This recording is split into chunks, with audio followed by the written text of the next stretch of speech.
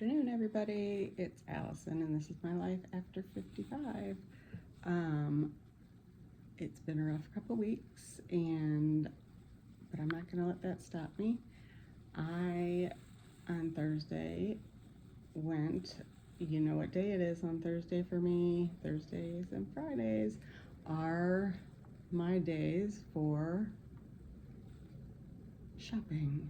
Yes. I love to go to the estate sales, and I have not been able to go to many.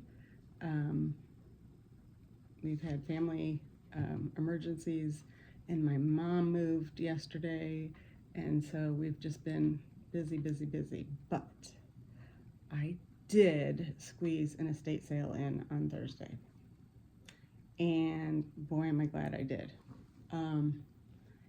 It was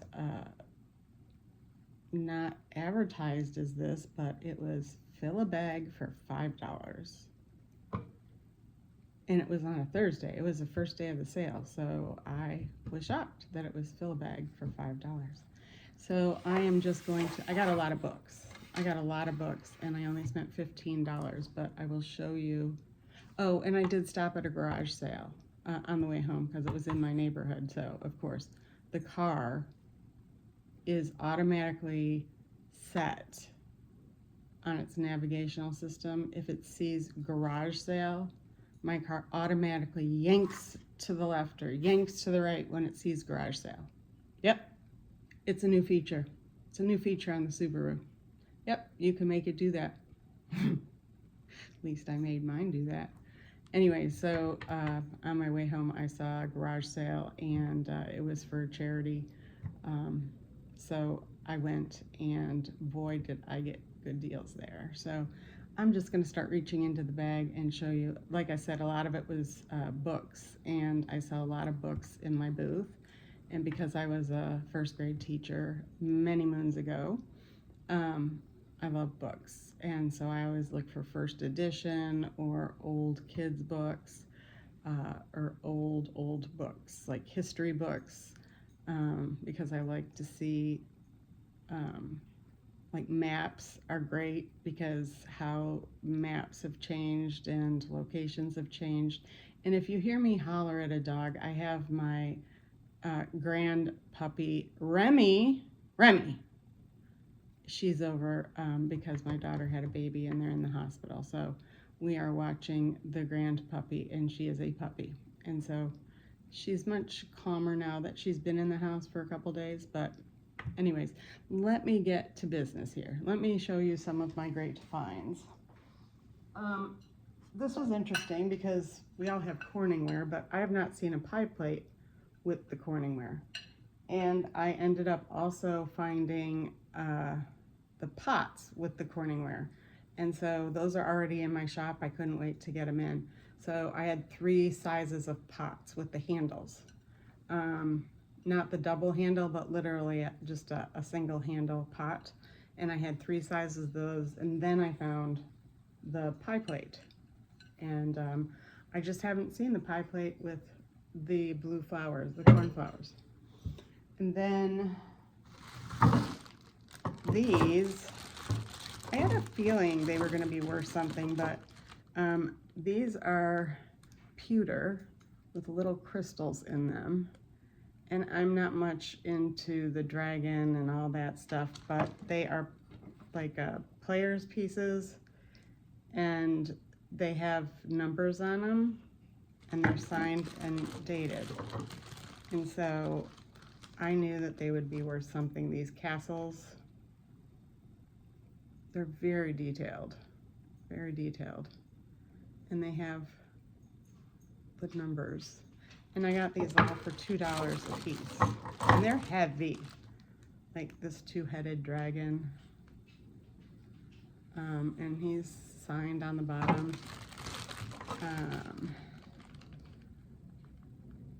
This with that crystal, she's so cool. So I got these for $2 a piece. I thought I couldn't pass it up. And this castle is so pretty. And actually this castle they still had this on it, and it has tape on it. And I looked it up, and I thought it would go in the center here, this crystal, but it actually, when I looked it up on eBay, it fits in this hole right here. I just have to use my tweezers and get it in there. But anyways, it's just so pretty. They have little gems in there. And this is the Wizard's Eye Castle. And it's from 1989. And one more wizard I have here. And this is pretty cool. So I got those for $2 a piece, and they sell around 25 each. So I was really happy with that find. That was exciting. Especially if you collect them, if you like pewter. But they're heavy. I'm sure somebody out there will love them, especially because our shop is in a college town, and Dungeons and Dragons are big, and I don't even know if that's part of Dungeons and Dragons. But now, I had to get this. I got this at the garage sale. The reason I had to get this is I have like 3 different types of these little stands, jewelry stands, and I bought them for my booth. And I got a call when I was out of town asking how much it was, and the cashier had sent me a text picture of it. Some lady had taken all of my jewelry off 2 of these and took the mannequins up there. I'm like, they're not for sale. There's a little ticket that says NFS, which we all do that. If a thing is not for sale, it says NFS in big red letters. So when I found this at the garage sale, I'm going to sell it. And I probably could get a lot of money for it because everybody wants these. So I picked it up to sell it because I don't need another one. Then I got this beautiful, beautiful ring. I wish it would fit me, but it even came with a cloth, and it's silver with a lapis stone in it. Isn't that gorgeous? And here is the designer. And it came with a silver cleaning kit. Not kit, a little rag, sterling, and it came in the box. And I was just tickled. It's so pretty, and then because it's so wide, they have it kind of cut down in the center so your finger can bend. But it's so pretty. I wish it would fit one of my fingers, but it doesn't. So, got that. And that was $2. This was at the garage sale. And then I got these really cool earrings. And I have to look them up because there is a maker's mark. It's called New Pro. I don't know what New Pro is, but look how pretty these are. These are kind of like, I want to wear them. So got those for $1 at the garage sale. And I bought this because I have a bunch of my grandma's doilies, and so I would never remember how to do this. And last night I sat down and I put the starch together, and I had lace, and so I started making some of them. They're not looking this pretty, but practice makes perfect, right? So I got this so that I'd figure out how to do it. I picked this up in my jar for, put it in my jar for my $5, and it's an old Dundee Raspberry Premium Preserves, product of Scotland. And let's see, established, I was looking to see if there was any kind of date in here, but James Killier and Son Ltd. So, but it's like a milk glass jar, and it's a really nice container. So I thought that would be a nice find. This is silly, but this candle actually has a beautiful scent to it. Now I can't burn candles in my store, but my cases, my locked cases, sometimes will get that old person smell, just because when you have antiques and if you put clothes in it, or if you have something, you'll occasionally get that old antique smell. And I like to have something that has a scent in it. I don't like to spray anything in there because I don't want to get anything with a residue on it. But I will, if I find a really nice scent candle, I'll get that. So this, I just put in my box. But yeah, even I have my curio cabinet that I got at an antique sale for $75, and it has a light in it and everything. The family must have been a smoking family, because when you open it up, if it's been closed up for a long time, when you open it, it gives you that odor. So I try to keep the door open periodically. Let's see what else. Ooh, I got these vintage glasses. And these are Ralph Lauren vintage glasses. Aren't they sweet? I don't know when they would be from, but they're not prescription, but they are Ralph Lauren. And I just thought they were fun. I wish I could wear non-prescription glasses. I'm almost to the point where I want to get LASIK so that I can wear regular sunglasses. And I got this really fun little evening purse. It is Estee Lauder. It's probably something that came when you bought cologne or something. It still has the paper on the zipper, and kind of pocketbook unfolds, and then you can zipper it. So just a nice little bag, and it's in beautiful condition. That was part of my $5 bag. Then, like I said, I got a lot of books because books do really well.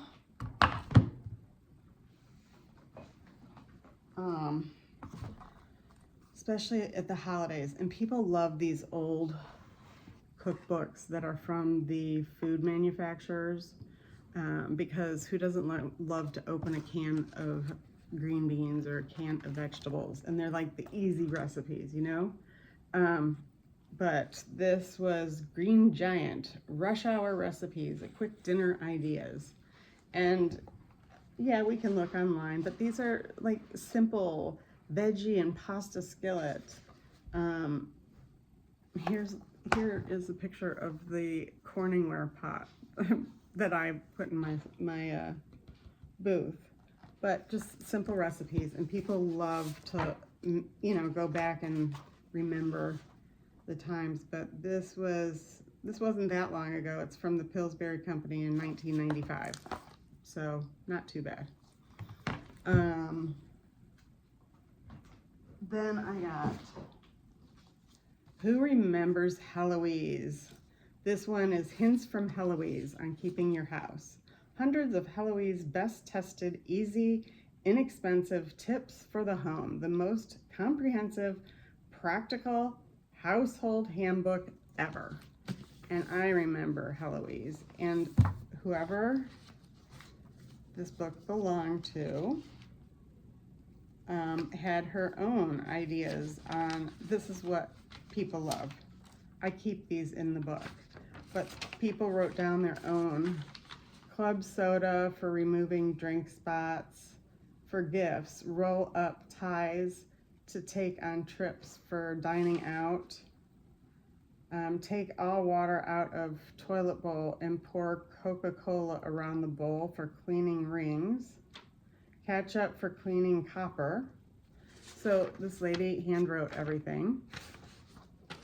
And then she wrote more things. Oven, wipe with damp cloth while oven still warm, scrub with steel wool. So she just has all of her own little tips. And then this one is Trusco Publishers. How many of these little known and offbeat tips did you know? So she must have mailed away for this one. But how fun is this? This book, salad dressings, peaches, like how to keep your peaches and all that. But the date on this one is 1980. So this was 1980, and it's priceless. See, stuff like this is hard for me to give up because I feel like I have to have it. Like I have to know all these tips, right? I think there's something called YouTube to find out how to get rid of things. This is the Reader's Digest Household Hints and Handy Tips. So this is the most comprehensive, best organized, hardest working collection of how-to facts and shortcuts. So I wonder which one is best, Heloise or Reader's Digest. And what year was this from? This is from 1988. So I said this was, sorry guys, it was just a few seconds ago and I lost my thought. 88, and this one was 1980. So might be a little newer ideas in here, but we have some colored cartoons. Investments, retirement. Oh, and this you can actually fill in the pieces. So what you're spending, so it gives you blanks to fill in. Bank statements, budgeting. How to get action on an incorrect bill when sales occur, using credit wisely, bathroom safety, repairing a faucet, leaking spout, so you don't have to call a plumber, cleaning your air vent, your dryer won't run, really cool, how to make a table that will drop down. So many cool things. See, that's why I'm like, do I get rid of this? Should I hold on to it? I mean, there's some good ideas in there. What else do I have? Okay, this one. Somebody's gonna want this one. From Julia Child's Kitchen by Julia Child, right? I mean, has anybody ever watched that movie, the Julia Child's movie? So, my brother used to do a great imitation of her. But this is from 1970. And it goes into great detail. I could never cook like her. I mean, it's just too hard. And I can't talk like her, so I wouldn't understand half of these. But anyways, people love. And then she shows how to wrap things. There's pictures in here, how to wrap the pastry dough and all that, but I'm sure somebody will absolutely love that book. This is one I would love. Pillsbury Cookbook, all-purpose companion for today's cook. Oh, somebody really liked, let's see what they liked, because it's folded over. Microwave peanut brittle, cup of sugar, light corn syrup, roasted salted peanuts, teaspoon of margarine or butter, vanilla, and baking soda. It gives you the nutrients, and it tells you what to do, and it's in the microwave. Somebody liked that one. Oh, got another folded page. Vanilla cream pie. Okay. So these are all very, very easy recipes, guys. So this was from 1989.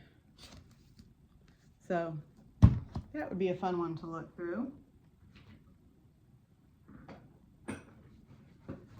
And then I got kids' books. I got this one because I'm interested in thinking about other ways of healing, but the ancient healing secrets, practical cures that work today.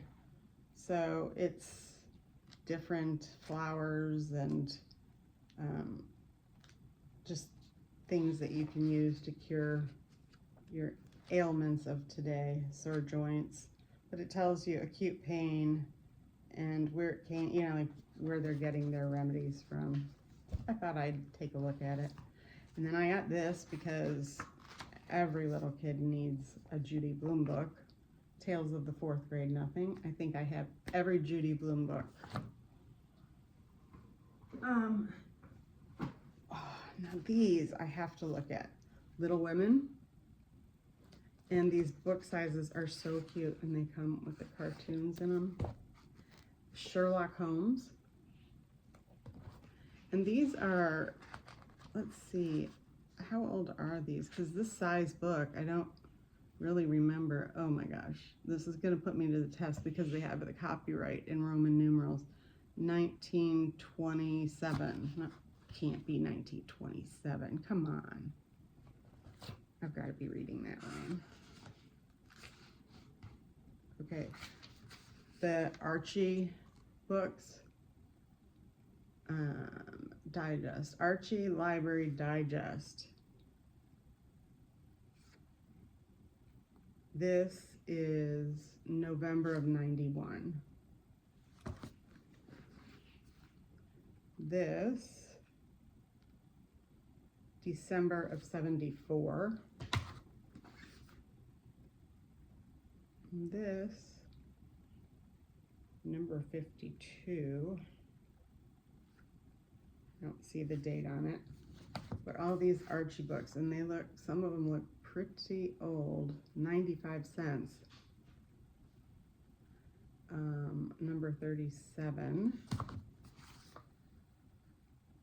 Well, this was $1.35. Number 28. So I have to look up prices on these.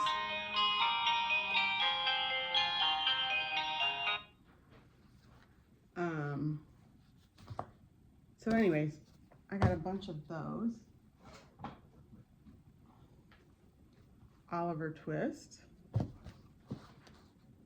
And another Archie.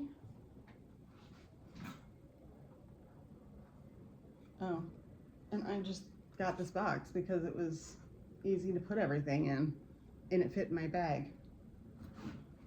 Oh, and this book, Jimmy's Boa Bounces Back by Stephen Kellogg, because I have a bunch of Stephen Kellogg books from when I taught, and I love Stephen Kellogg.